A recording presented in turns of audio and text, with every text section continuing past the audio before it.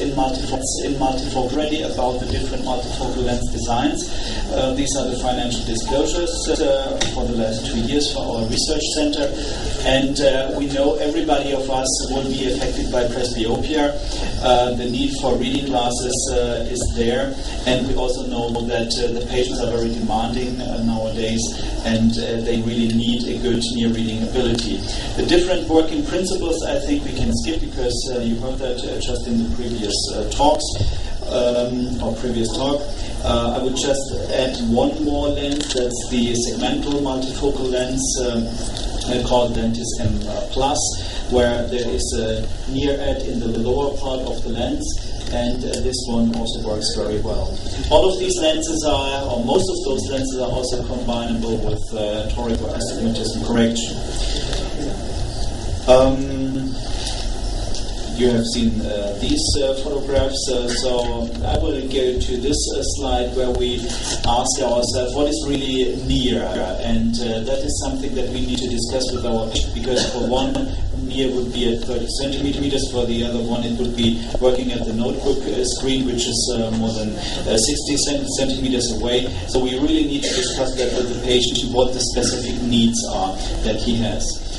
We have looked at one specific lens, that's the Rainer M-Flex, because this lens is available with two different near aids, one with a +3 and the other lens with a +4. The lens is made of hydrophilic acrylic, and the lens is delivered with 0.5 diopter increments. We have looked at these lenses in 104 eyes, and we divided the patients into 3 different groups. Group 1 received a +3 near aid bilaterally, Group 2 +4 bilaterally, and Group 3 was a mix and match approach with a +3 in the dominant and +4 in the non-dominant eye. And we looked at different outcome measurements, ETDS charts, focus curves, to see if there's really a benefit with the mix and match approach or a benefit with the +4 diopter lens. These are the outcomes, and you see here the 3 different groups, group 1, 2, 3. And first of all, the uncorrected distance visual acuity is not different at all between the 3 different groups, as well as the spherical equivalent that we achieved. If we look at the near visual acuity, again, there is no statistical difference between the 3 different groups, which is very interesting. And if we look at the distance-corrected near visual acuity, and this distance-corrected near visual acuity is the best term to really look at the outcome of such a lens, how the lens is doing, because you correct totally for the distance. If we look at the numbers, we're at 0.1 in the median, which is equal to 2025 near visual acuity, and no difference between the different groups at all.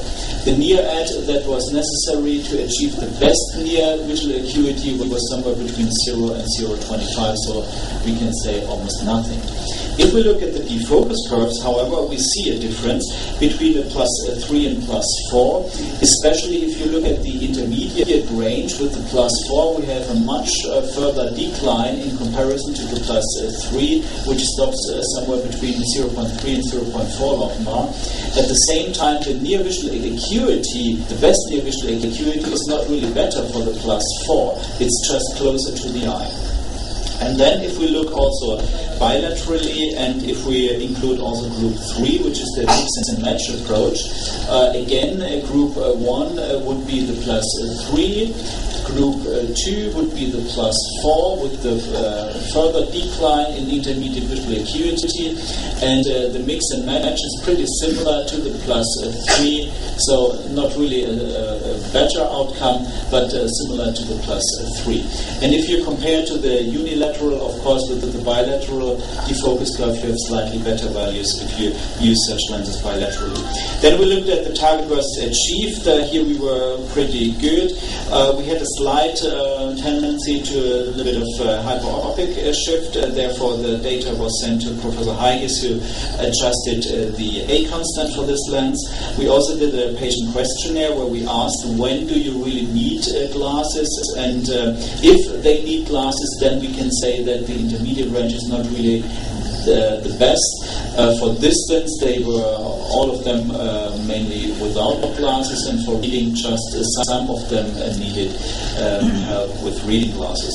Regarding glare and halo perception, yes, there is halo. About half of the patients answered yes, they do realize halos. Glare perception was in the majority of the cases minimally graded. Patient outcome overall very satisfied and satisfied. For the most of the patient, there was just one who was dissatisfied, but altogether the outcome is very well. We also looked at contrast sensitivity. Here we can say that we are, with this lens, with the median, pretty similar to other studies that have been published on the N+, as well as the Restore lens. If you compare the values, they're pretty similar. We also looked at stray light measurements. There's a device Sequent from Oculus where you can measure really stray light, and for example these crosses here, they stand for a cataract eye, and the higher the value, the more stray light they have. And if we look at the median of those patients implanted with this multifocal lens, they are just where the general population should be, so stray light was not really an issue. We also looked at defocus curves with other lenses, other multifocal lenses that we use at our department here, the M+ with this near segment. This is a kind of refractive principle. We have quite good near visual acuity, and if we look at the intermediate range, we have the lowest at 0.3 logMAR, so a quite acceptable intermediate visual acuity for this lens. Then here in contrast, the diffractive +4, that would be the Technis lens, and here you see that the near visual acuity is slightly better. However, the intermediate range drops below the 0.3 line. We are here at 0.4, and also the +4 is shifting the really near focus closer to the eye. If we look into the literature, also other studies have been published on this topic here, a study comparing the Restore +3 comparing to +4. Their outcomes were, just to summarize, in conclusion, they didn't find a significant difference regarding the near and distance visual acuity comparing +3 and +4. However, intermediate was significantly better for the +3, and the focus curve showed that the intermediate distance was at 87 centimeters for the +4 and at 65 centimeters for the +3. So this indicates it's really important when we decide for a lens that we ask the patients pre-operatively where their favorites are. Another study from Meester et al., they also compared +3 with +4, and they found that the intermediate visual acuity was significantly better for the +3, and the binocular results, of course, were better than in the monocular ones. And here, finally, a study from Alfonso from Spain, who looked at several lenses that are on the market, +3, +4, +3 and 3/4. And what he found is that the defocus curve was really the best for the +3, and that the +4 did not really have a better near visual acuity. So we can summarize. We have common findings that there is no significant difference between the +3 and +4 regarding distance and near visual acuity. Binocular results, of course, are better than monocular outcomes, therefore bilateral surgery is important. And as we all know, emmetropia is essential, so we need to correct remaining refractive errors, for example, with the excimer laser. Differences regarding reading distance. With the +3, we are at about 40 centimeters. With +4, we are at 33 centimeters. Advantages of the +3 near edge: we have a better defocus curve, better intermediate visual acuity, spectacle independence, as well as patient satisfaction was better.